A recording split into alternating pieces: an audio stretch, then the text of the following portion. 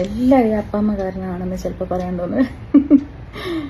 കുട്ടിക്കാലത്ത് ഇങ്ങനെ നല്ല വാക്കുകൾ മാത്രം പറയുക, നല്ല കാര്യങ്ങൾ മാത്രം ചെയ്യുക, ആരെയും അധിക്ഷേപിക്കരുത്, നാലാളുടെ മുന്നിൽ വെച്ച് ആരെയും അപമാനിക്കരുത്, നമ്മൾ കാരണം ആരും ഒരു മനുഷ്യനും വേദനിക്കരുത്, മുതിർന്നവരെ എപ്പോഴും ആദരപൂർവ്വം വേണം നോക്കിക്കാണുവാനും ബഹുമാനപൂർവ്വം വേണം അവരോട് പെരുമാറുവാനും എന്നൊക്കെയുള്ള കാര്യങ്ങൾ ഇങ്ങനെ നമ്മുടെ നെഞ്ചിലേറുന്നത് വരെ ഇങ്ങനെ പറഞ്ഞ് മനസ്സിലാക്കി തരികയും അത് പ്രാവർത്തികമാക്കാൻ ഉള്ള ഒരു നിരന്തരമായിട്ടുള്ള ഒരു ശ്രമം അവരുടെ ജീവിത വഴികളിൽ കാണുകയും ചെയ്തിട്ടുള്ള ഒരു ബാല്യകാലമാണ് ഉണ്ടായിട്ടുള്ളത്.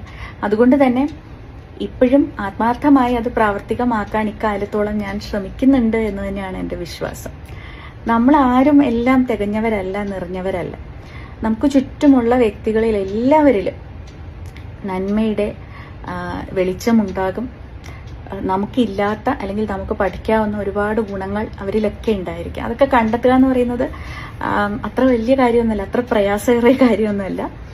ആ കണ്ടെത്തുന്ന നന്മകൾ നമ്മൾ ആ നന്മ പരത്തുക എന്ന് പറയുന്നത് അതിലും പ്രയാസം ഒന്നുമില്ല. സത്യം പറഞ്ഞാൽ അത് നാലാളോട് പറയുക എന്ന് പറയുന്നതിൽ വലിയ പ്രയാസമൊന്നും ഉണ്ടാവേണ്ടതല്ല.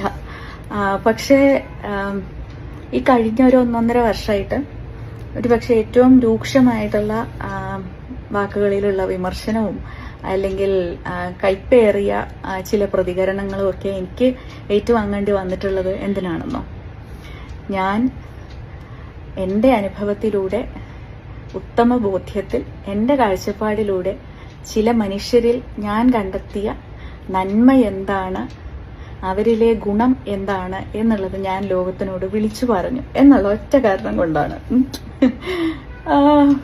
എത്ര വിചിത്രമായ ലോകമാണെന്ന് എനിക്ക് ചിലപ്പോൾ ചിന്തിക്കേണ്ടി വരുന്നുണ്ട്.